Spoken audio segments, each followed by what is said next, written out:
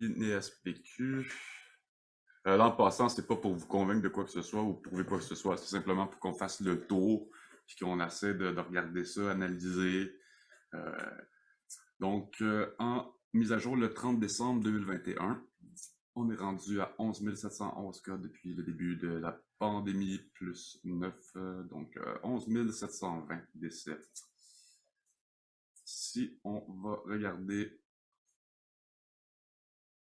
l'évolution du nombre de décès liés à la COVID-19 au Québec selon le milieu de vie et la date de décès par mois.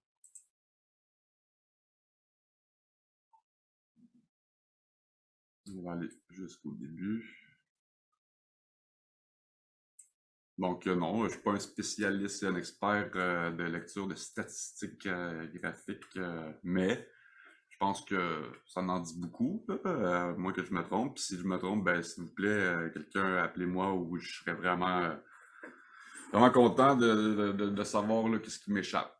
Parce que à première vue, là, bon, donc on voit la première vague, on voit la deuxième vague l'hiver passé, puis là, ben, si regardez tout l'été, puis jusqu'à maintenant, c'est relativement très bas là, comme chiffre. Je veux dire, si la vague ici, elle aurait été équivalente ou supérieure, je veux dire, ça serait normal peut-être d'avoir des mesures comme ça présentement, mais regardez ici, là, je vois pas pourquoi on est rendu un peu freak up total là, pour ça. Là, et puis, sur les groupes d'âge,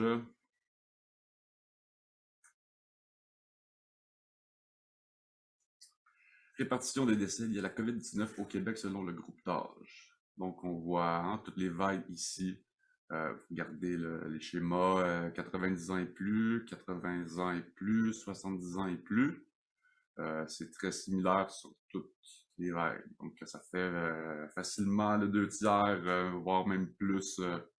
Sont 90% des personnes qui sont décédées de la COVID, c'est des gens de 60-70 ans et plus. Et majoritairement 80 ans en montant. Puis, si on regarde le cumulatif, en fait, c'est ce qu'on voit. 90% des gens décédés, ça représente 31,9% des décès.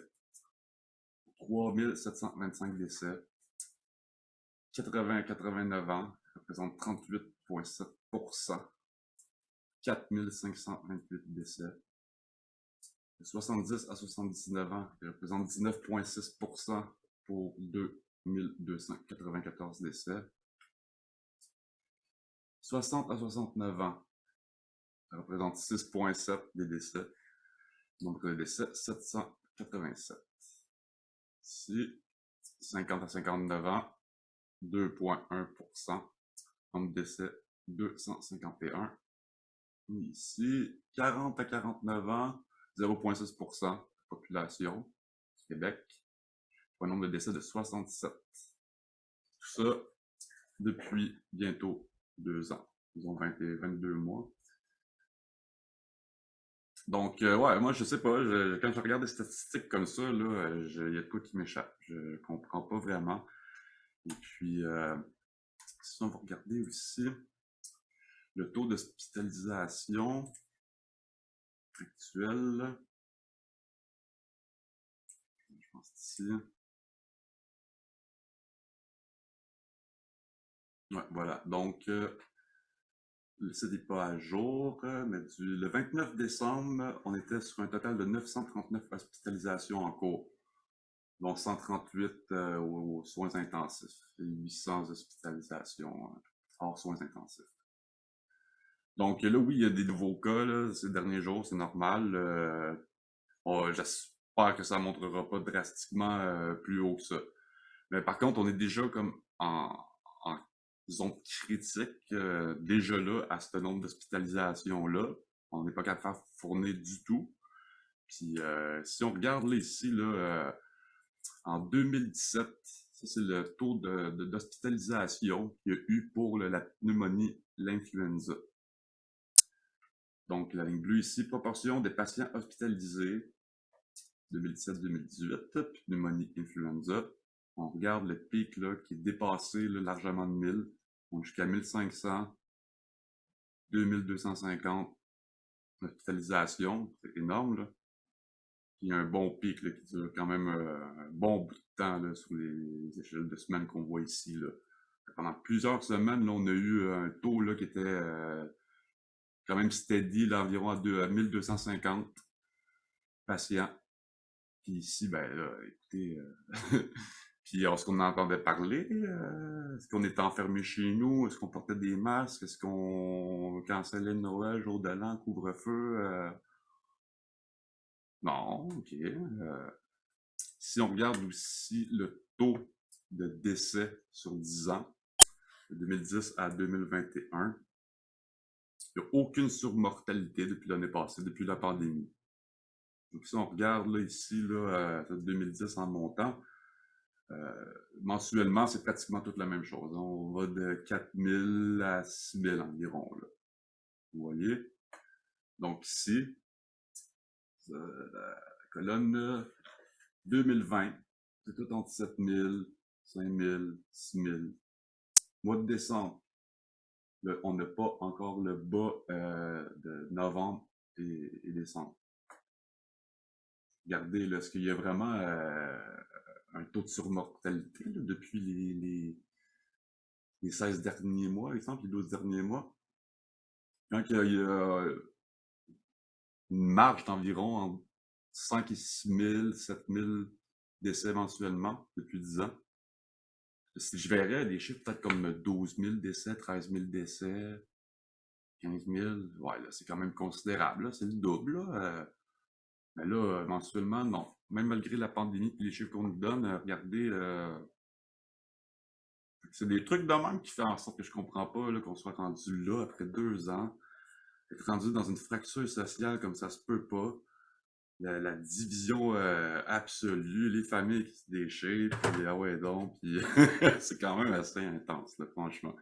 Donc moi, comme quand je regarde des chiffres comme ça, pas de surmortalité de décès, des hospitalisations en 2017, là, il était quand même vraiment beaucoup plus que là présentement. Ça date pas d'hier non plus, là, que les hôpitaux ne fonctionnent pas, vous le savez tous, ça fait 20 ans que le système est en déclin absolu. Puis depuis 2012-2013 aussi, là, ben, à chaque temps des fêtes, ce temps-ci de l'année, pendant les périodes grippales, ben, on en parlait constamment partout aux nouvelles. Les urgences étaient débordées de capacité à 200-300%. Puis qu'est-ce qu'on a fait pour ça depuis 10 ans? Pas grand-chose. Puis même depuis 2 ans, je trouve que le gouvernement n'a pas vraiment peut-être trouvé les stratégies pour investir, pour ouvrir plus de lits. C'est sûr que quand tu menaces tes infirmières, tu te fais vacciner parce que sinon tu perds ta job. Quand ils se sont mis à dire que même les médecins qui voulaient faire du télétravail ne pourraient pas s'ils n'ont pas été vaccinés. Quoi, la COVID passe dans la fibre optique? Je sais pas, là. On est en pénurie de médecins. Si un médecin peut être chier, lui, parce que c'est son choix de ne pas être vacciné, il a les compétences, puis il veut faire du télétravail, on s'entend-tu que il pourrait déboucher plusieurs patients par jour? Non, c'est comme pas possible. Finalement, ils ont reculé. L'autre jour, c'est comme les infirmières qui sont pratiquement testés positifs. Là, à cette heure, ils ont le droit. Puis, écoute, là, il y a personne, là, je veux dire, on peut pas... Fait que donc, c'est ça. Les investissements aussi que Legault a fait quand même assez intenses. Là, si on regarde... regardez bien ça. Tu sais, un investissement de 1,8 milliard au Québec pour des satellites. Ça, je l'avais vu, ça, cette conférence-là. C'était au mois de février, mars l'année passée, je pense. Puis, ils ne montrent pas exactement le tout, hein, parce que là, il parle de 600 nouveaux emplois, mais à la fin de son entrevue, là, il dit que les 600 emplois, là, il n'y a pas vraiment de Québécois qui ont la qualification pour ces métiers-là, puis ça va pas mal tout être des gens de l'étranger qui vont venir prendre ces types d'emplois-là. Puis là, je suis bien d'accord aussi que c'est important d'investir et créer de l'emploi aussi, là, surtout que l'économie est à bas, puis là, je suis pas un économiste non plus. Mais tu sais, je me dis, comme pour des trucs de satellite, ça aurait peut-être pu être mis ça à glace un petit bout de temps. Euh, 700 millions investis par Ottawa et Québec. Attendez, là, j'ai une petite pub, je pense, ouais.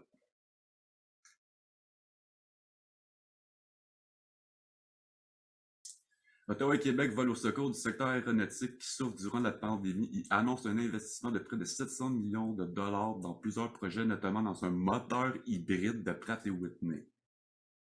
Donc là, on est en crise, les hôpitaux, hostie, plus rien. Mais on est capable de mettre 700 millions de dollars pour des moteurs hybrides chez Pratt & Whitney encore. Là, 700 millions, on aurait pu le mettre en crise dans les hôpitaux, là. Donner des bonus aux infirmières.